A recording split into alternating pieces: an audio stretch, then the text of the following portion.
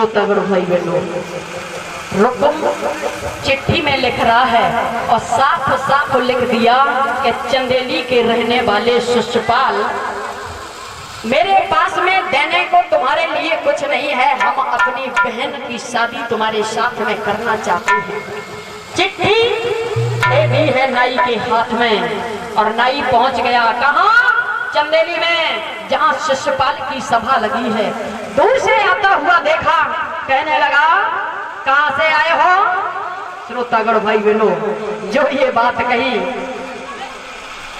खड़ा हो गया, कहने लगा प्रभु हम चंदेली, हम कुंदनपुर से आया हूँ। कुंदनपुर से? बोले हाँ। अरे कुंदनपुर में तो मेरी बहन है और मेरे बहनों को तो आप जानते हो गए। कहने लगे मुझे उन्हीं ने भेजा है।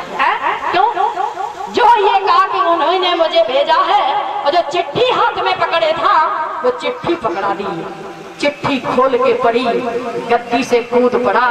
वाह जी वाह, हमारे जैसे बहनोई सब काऊ मिले, अपनी बहन की शादी मेरे साथ करना चाहते हैं। बहनोई की बहन से शादी, मेरी बहन की ननद से शादी। वाह जी वाह। श्रोतागण भाई बहनों, मन में सोचने लगा कि सुंदर तो इतनी है कि अंधेरे में बैठेगी तो दीपक की जरूरत नहीं पड़ेगी। तुमने बहुत अच्छा किया, मेरे जैसे बहनोई हर किसी को मिले। वारे पापी, तुझे नहीं पता है कि तू शादी करने जाएगा कि वहां तेरी मौत होगी।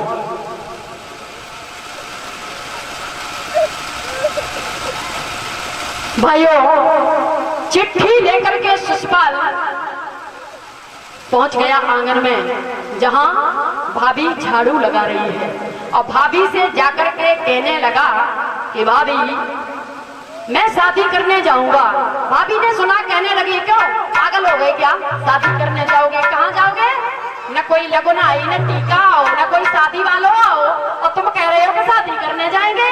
बोले हाँ। तुम्हें पता है कि मेरे बहनों सब कितने अच्छे, उन्होंने चिट्ठी पटवाई है और अपनी बहन की शादी हमसे करना चाहते हैं। जो ये बात कही, भाभी हंसने लगी कि देखो बुढ़ापे में जगी कैसी मत कटी है।